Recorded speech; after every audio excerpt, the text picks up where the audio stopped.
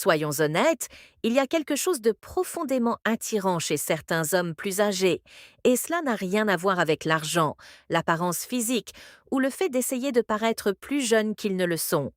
Ce qui attire véritablement les femmes vers ces hommes est bien plus subtil, bien plus calme et bien plus puissant. Ce sont des hommes qui n'essaient pas de se faire remarquer lorsqu'ils entrent dans une pièce. Et pourtant, quelque chose se produit.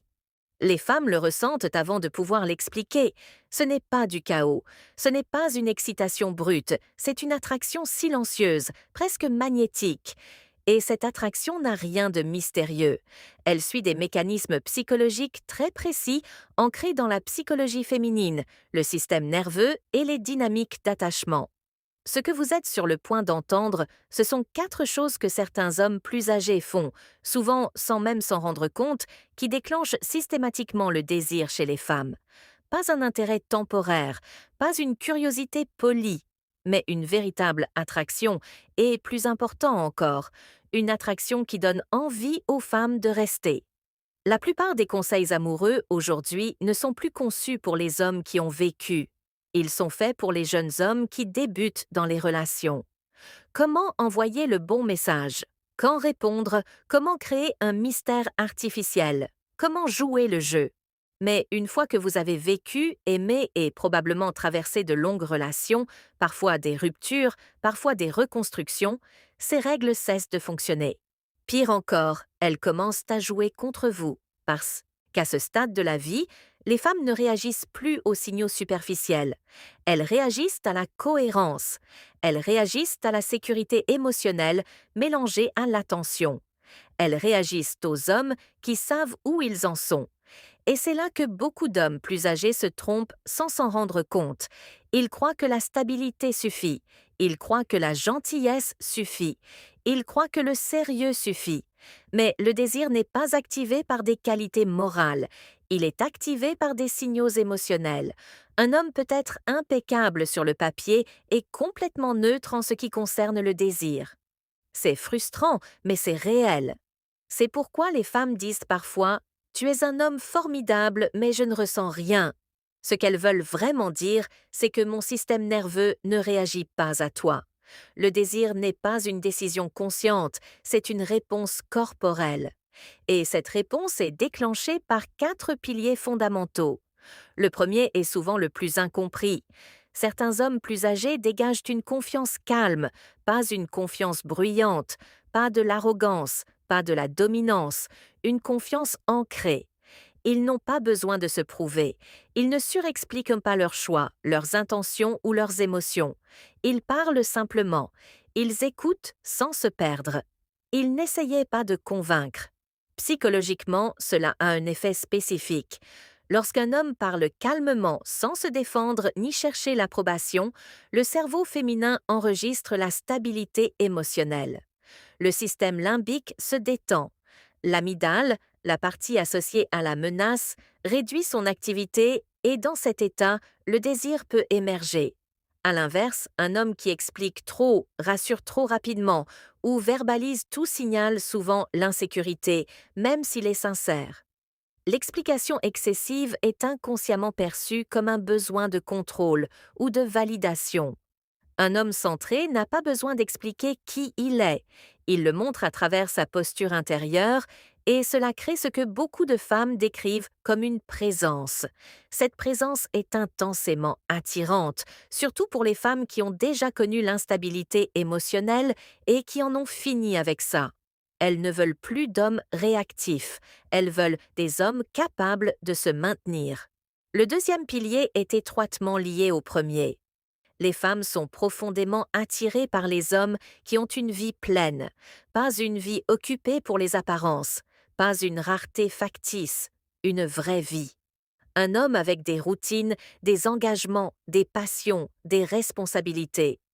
Lorsqu'un homme plus âgé fait d'une femme le centre immédiat de son existence, l'effet est l'inverse de ce qu'il attend. Cela crée une pression, un poids émotionnel subtil, et le désir ne grandit pas sous la pression. Les femmes matures ne veulent pas devenir l'univers entier de quelqu'un.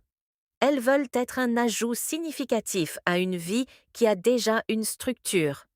Lorsqu'un homme avance dans sa vie, lorsqu'il a son propre rythme, lorsqu'il n'est pas disponible à chaque instant, il envoie un signal puissant de valeur. Non pas parce qu'il joue l'inaccessible, mais parce que sa vie est déjà pleine. Le cerveau humain attribue naturellement plus de valeur à ce qui n'est pas instantanément accessible. C'est un mécanisme dopaminergique de base. La dopamine ne réagit pas à la récompense elle-même, elle réagit à l'anticipation. Un homme qui ne se précipite pas, qui ne brûle pas les étapes, qui permet au désir de se construire dans le temps, active l'anticipation. Il devient intrigant et, plus important encore, il devient crédible parce qu'il ne cherche pas quelqu'un pour combler un vide, il invite quelqu'un à partager quelque chose qui existe déjà. C'est profondément rassurant pour une femme. Le troisième pilier est souvent sous-estimé chez les hommes plus âgés. C'est la capacité de rester joueur, léger et détendu sans besoin. Beaucoup d'hommes plus âgés deviennent trop sérieux trop rapidement. Ils veulent être respectables, ils veulent être pris au sérieux. Mais ils oublient que le désir a besoin de jeu, pas de vulgarité, pas de lourdeur, du jeu. Un regard tenu juste un moment de plus, un sourire qui ne demande rien, une remarque taquine sans attente. L'élément crucial, c'est la liberté par rapport au résultat. Un homme qui flirte sans chercher de validation crée de l'aisance, et l'aisance est incroyablement attirante. Neuropsychologiquement, cela désarme les circuits de vigilance. La femme ne se sent pas attendue, elle ne se sent pas revendiquée, elle se sent invitée, et cette différence est tout.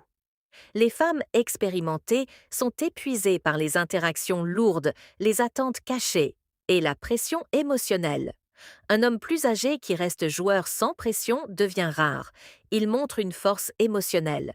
Il montre qu'il peut maintenir la tension sans la transformer en anxiété. Très peu d'hommes peuvent faire cela. Le quatrième pilier est le plus puissant de tous. Les femmes sont profondément attirées par les hommes qui ont des critères clairs, pas des exigences agressives, pas des ultimatums, des critères. Un homme qui sait ce qu'il accepte et ce qu'il n'accepte pas. Lorsqu'un homme est prêt à s'éloigner calmement de ce qui ne lui convient pas, sans colère ni drame, il envoie un signal extraordinairement fort. Il se respecte et le respect de soi est magnétique. D'un point de vue de l'attachement, cela crée une polarité claire. La femme comprend qu'elle n'est pas nécessaire à l'équilibre émotionnel de cet homme. Et, paradoxalement, cela augmente le désir parce que le désir ne se dirige jamais vers la dépendance, il se dirige vers la force. Un homme avec des critères ne menace pas, il ne négocie pas sans fin. Il agit et l'alignement entre ses paroles et ses actions construit la confiance. Une confiance qui permet au désir de s'installer sans peur lorsque ces quatre éléments se réunissent. Confiance calme, vie pleine, masculinité joueuse et critères clairs. Quelque chose de très spécifique émerge. Le leadership émotionnel, pas la dominance, pas le contrôle, le leadership intérieur. Ces hommes n'essaient pas de diriger les femmes, ils se dirigent eux-mêmes. Et c'est exactement ce que beaucoup de femmes recherchent inconsciemment. Pas un homme parfait, pas un homme spectaculaire, un homme aligné, un homme dont la présence calme et attire en même temps. C'est pourquoi certaines femmes deviennent profondément attachées à ces hommes, non pas parce qu'ils en font plus, mais parce qu'ils font moins, mieux. Yeah?